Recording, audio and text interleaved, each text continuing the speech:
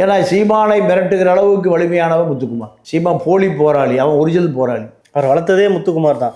ஆமாம், சீமானை வளர்த்துனதை. நீங்கள் வேலூர் ஜெயில் பிரேக்கெல்லாம் முத்துக்குமார் தான் மூளை.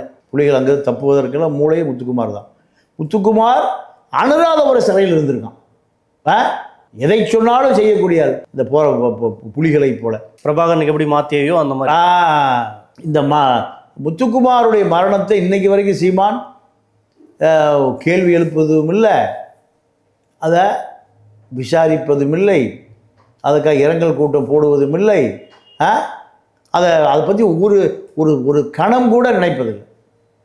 ஒரு தமிழ் தேசியம் வளரணும் என்பதற்காக முத்துக்குமாரை போன்றவர்களெல்லாம் சீமானை வளர்த்தெடுத்தார். அதே சீமான் முத்துக்குமாருடைய மரணத்திற்கு மிகப்பெரிய அளவில் சீமான் தொடர்பு இருக்குது. அது இன்னைக்கு வரைக்கும் மர்மமாக இருக்குது. அந்த வழக்கு என்ன ஆச்சுன்னே தெரியல. பத்திரிக்கையில் அடிச்சிருக்காருல்ல. பத்திரிக்கையாளர் ஏன் அடிச்சிருக்காருன்னா, பத்திரிக்கையாளர் விஜயை பற்றி கேள்வி கேட்குறாரு. ஜனநாயக நாட்டில் அதை கேட்கக்கூடாதா? இல்லை, பொது வெளியில் ஒரு தலைவராக இருக்காரு, ஒரு நாகரிகமே இல்லாமல் அடிக்கிறாருல்ல. இல்லை, அவர்கிட்ட நாகரிகம் எதிர்பார்த்தது அந்த பத்திரிகையாளருடைய தப்பு.